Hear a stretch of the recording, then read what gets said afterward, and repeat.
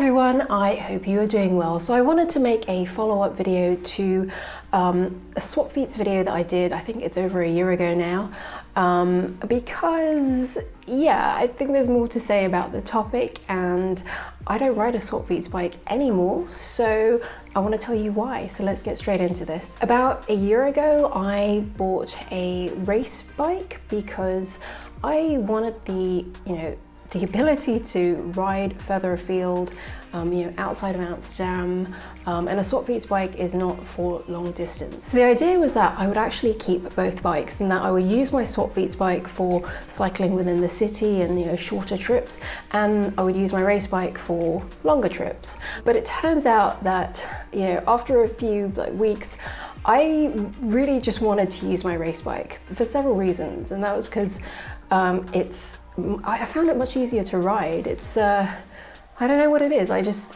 found it so much easier to ride a race bike. It's also much lighter.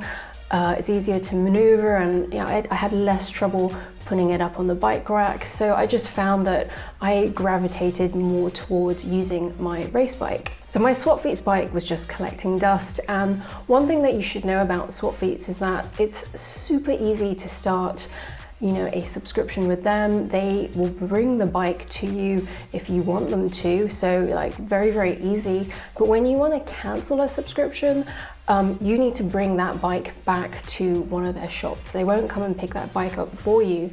And I mean, honestly, this was a little bit of a hindrance to returning the bike because one, at the time I wasn't a super confident rider, and riding the bike to their shop, which was in a location that was quite busy, was a little bit intimidating. And two, it was sort of like gym membership. When you have gym membership and you're not a big gym person, like I'm not a big gym person, and you think, okay, well, I plan to use it, but then you don't end up using it, and then the money just comes out each month. That's what happened with the Swapfiets bike, and I ended up paying a lot extra for a bike that I ended up not using. If you're finding this video interesting, please hit that like button and also consider subscribing to help this channel grow. Thank you so much. So it got me thinking, if I were to move to Amsterdam again as a complete newbie, would I do anything different, looking back? And I still maintain that Swapfiets is a very, very good deal. It is, relatively cheap, and it's a very comprehensive deal. You get everything there. And I've actually looked on the internet and I couldn't find anything that was on a par with this deal. So yeah, if you're looking for long-term bike rental, Swapfiets is really up there. But something that I would do differently is that I would also consider going into a bike store, especially if I lived near one. I would go in there and rent a bike, and it's not going to be the same price as a Swapfiets bike.